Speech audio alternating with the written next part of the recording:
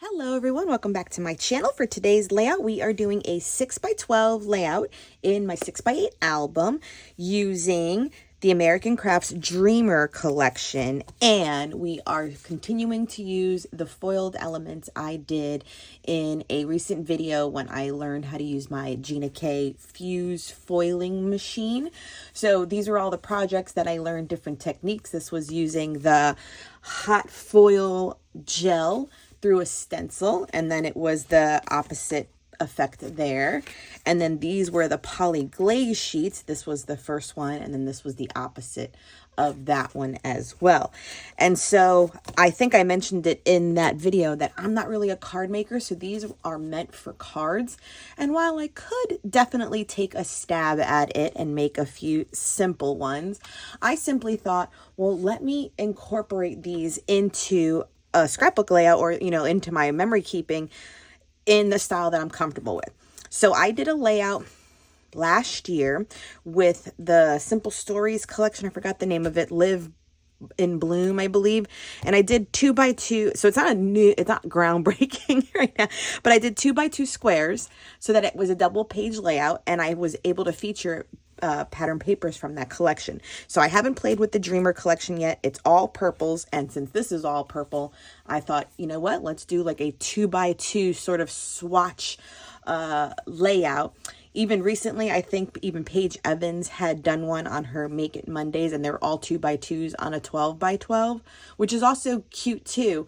But I think like I go back and forth between 12x12 projects and 6x8, and I think I just completed like 4 12x12. So I was like, let's change it up. Let's do a 6x8. That is the only reason. So believe me, this can be adapted into a 12x12. We're just doing 2x2 squares. I haven't selected my photos yet, but we're going to cut down these purpley foily ones. I have already pulled out 2 light purple cardstocks to make my double page layout, because usually I keep it outside the page protector, which would be 7 by 8.25. And then honestly, we're just going to take a 2x2 square out of all of these and go from there. And I do. Okay, so let's get started. I'm taking my like very light pastel-y purple cardstock. This is from a paper pad, most likely from Michael's when they had those like tonal paper pad options available. I've had them in my stash for a while. So they'll fit outside the page protector, which is 7 by 8.25. Then I take all the foiled sample sheets that I had that I was showing you that I made, and I cut these all into the 2x2 squares. For a majority of them, I do get a good 4 or maybe 6 squares out of them, which is fantastic. And what I noticed though too is like with some of them, I wanted to specifically get like certain areas. See how I'm like measuring? And so for these, maybe I didn't get as many because it wasn't as thick of a paper. So I think this is when I was like, oh, it's not like quite 2 inches. So, oh well, like I only got 2 from that one, but it still works out quite perfectly. I might give a try to card making, I have to say, because I don't tend to lean that way, but when I make these kind of little sample, or not sample cards, but that size, what is that, like a 4x6 or so, I feel like it obviously lends itself to card making. So you can see right now that once I laid them out in my grid format around it, I need very little extra. So I'm also looking at it thinking, okay, I haven't even chosen my photos, so like 2 or 3 of those spots will be photos, because it actually negates me needing the actual paper pad from the American Craft Dreamers. So just know that right now, see, I chose my photos, and I'm going with a day at the park with my daughter. That this was actually probably a year or 2 ago. I was just scrolling my phone and landed here, and they were actually so cute that I was like, why not? And so I add, how many is that? 3. I add all 6. So you can see like right there with the sample cards, I need no other scrapbook paper, which was surprising because I definitely thought I was going to be tearing into the Dreamer collection for this layout as well, but I really didn't even need it. It just stayed purple on purple on purple on purple foil. And so I do go through the embellishment packs though, because I do decorate with something on each of them. And so all of it just definitely stays in the purple family. You saw me also have out those 49 and Market, what was it called? Gardenia collection, which was the rainbow collection that was released last year. And I bought like 2 packs of those laser butterflies because I definitely always wanted them in my stash. I don't know if they're even available now anymore, but with the laser die cuts from 49th Market, I always buy 2. So as you can see, I'm just definitely going around to each 2x2 square and adding just a little something from the collection. So I have some of the die cuts, some of the puffy stickers, some of the cardstock stickers, and I do, I think, add a few of the foam elements as well. It didn't get that dimensional, but I wanted to make a nod to each 2x2 with something that was from the collection, and it did. It worked out quite lovely, and it definitely makes your eye travel around the whole double page spread to see what's on each of them. And some of the sentiments are really sweet, like, you know, favorite memory, or you know, beautiful day.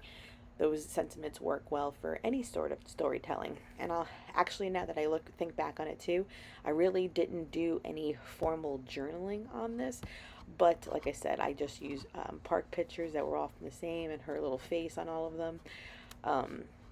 And we actually don't even live in the neighborhood anymore where these park pictures were taken, so it's nice for me to reminisce. Actually, I should probably go back and add some journaling just so that I can make mention of everything that I remember, you know, from that day, it being already over a year ago.